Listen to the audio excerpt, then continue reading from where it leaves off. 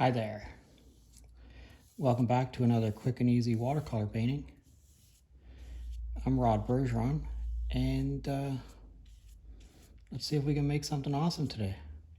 So I wet the top one half of this painting, and I'm going to put some sky in here. And I'm just going to let that, we're going to let that color bleed off to wherever it is that it wants to go to. That's ultramarine deep, that color is. And I'm going to pick up some yellow ochre here. And I'm going to put some yellow ochre all the way across there. I'm going to pick up some that's a little bit more intense. I'm going to touch it in a few places. And again, we're just going to let that bleed off to wherever it is it's going to go to. We're going to make a bit of a bank sort of coming down across here. This is going to be like a river bank coming down there. Pick up a little bit more yellow ochre. And I'm just going to tap my brush. Just watch, I'm tapping the brush on there, okay? I'm not going to rinse this out. I'm going to pick up some sienna, a little bit more sienna than that. And I'm going to put this sienna across here. Again, tap the brush, get the sienna off your brush onto the page.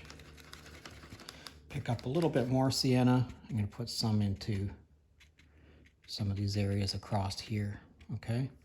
Look at our skies. We're getting a pretty cool looking sky going on there.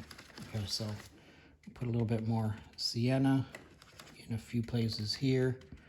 That's sort of the intensity that I'm looking for there. Put a little bit more of that in here. And again, we're just gonna let that all bleed off to wherever it's going to go to. This is my #1 round watercolor brush, and I've taken a utility knife and I've sharpened one end of it. And I'm going to scribe some lines coming out of that very dark, intense sienna there. And I'm going to do some more across here. Just like that. All right, that's turned out not too bad. Again, I'm not going to rinse this brush out. There's quite a bit of sienna still in it. Put a little bit more in there. Maybe a little bit more sienna across here. That's not too bad. All right, I'm not gonna rinse this out. I'm gonna put this into my Payne's Gray. A little bit of Payne's Gray wash here. We're gonna make that a little bit more intense. And we're just gonna touch that in a very few places across here, just like that. And now I'm gonna scribe out of that Payne's Gray. And I'm gonna make some more brush sort of across the ground there. See how those are starting to turn into some really interesting little pine trees across there for us. All right, I'm gonna rinse my brush out. And I'm gonna pick up some sap green.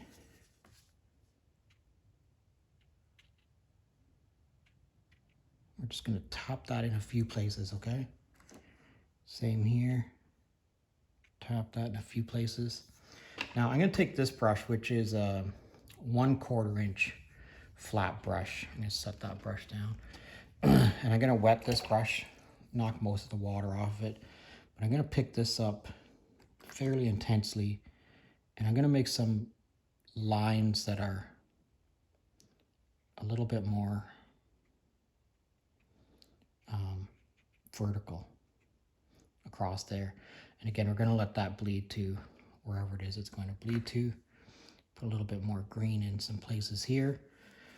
And again, I'm going to scribe out of those like that. All right, that's turned out not too bad. All right, I'm going to rinse out my big brush. I had some green on it. You know, if you got quite a bit of green on it, you can tap it in a few places and release that paint off there. But we want to make this into water now, okay? So we're going to take our brush, rinse it out really well, and we're going to pick up a whole bunch of blue wash here. Not super intensely. And I'm going to drag this from one side to the other. I'm going to have to make a couple of strokes here, obviously, because it's quite a bit wider than my brush. I'm using a 3/4 inch flat brush. We're just going to do that, pick up a little bit more wash, and go right across there like that. Now you can see how all that color started to come down there. Exactly what we're going for. Okay, I'm going to pick up some more yellow ochre.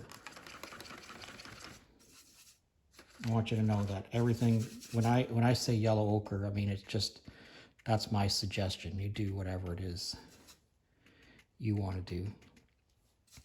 I'm going to put some yellow ochre on here, just like that. And then I'm going to go back to my number 1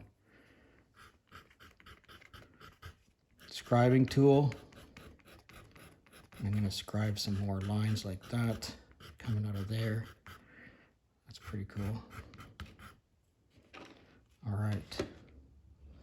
I kind of like everything that's going on across there, but I am going to put a little bit more yellow ochre into some places there.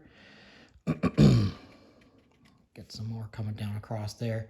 And my last little trick that I'm going to do here is I'm going to take my little bag of salt and drop it into a few places, a few places across that tree line, wherever it is that you want there to be a little bit of drama. And now you need to just walk away and let this dry. Okay, so what happens here if we get out our Sharpie pen and we put in some, and we put in a little bit of shoreline across here. You know, we sort of allude to where maybe some rocks might be, or you know, where some trees might be on the other side, like that. What happens if we include some more lines here for, you know, drawing some lines for some more brush. This is quite dark, but what happens if we make it darker?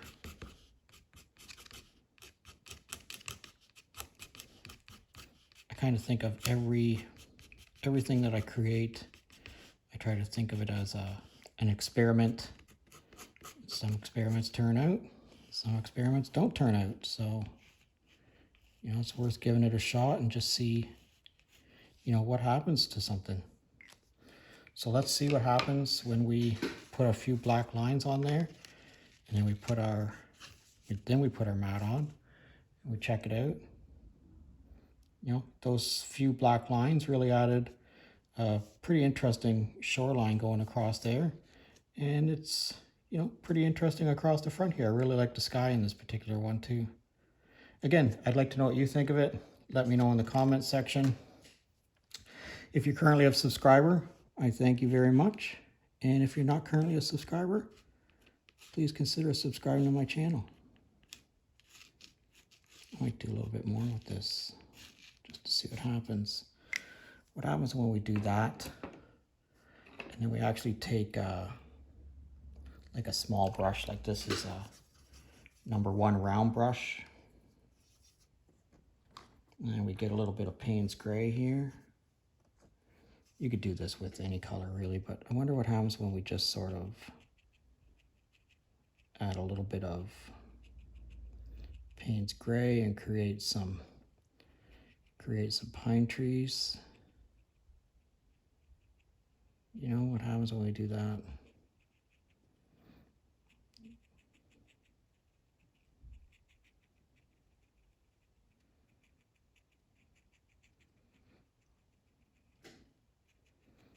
I don't know, I kind of like it a lot better, to tell you the truth. I'm not even done and I already like it a lot better.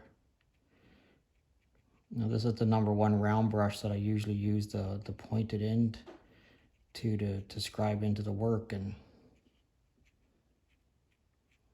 today I'm actually using it as the paintbrush it's designed to be. I laugh because I never usually work quite that small, but let's see. I think that's pretty cool looking there now. Let's see, I put a little bit more of this Payne's gray across the front here. Like if we're trying to create a little bit of a rocky outcropping. All right, drop that brush. All right, let's see. Now we put our mat on here. All right, I think that's it. I think that actually turned into something. I pulled it out of the fire and made it into an actual work of art. All right, thanks a lot for watching today. If you're currently a subscriber, thanks a lot. And if you're not currently a subscriber, please consider subscribing to my channel. I'd love to hear from you. Put my little RB on there. All right.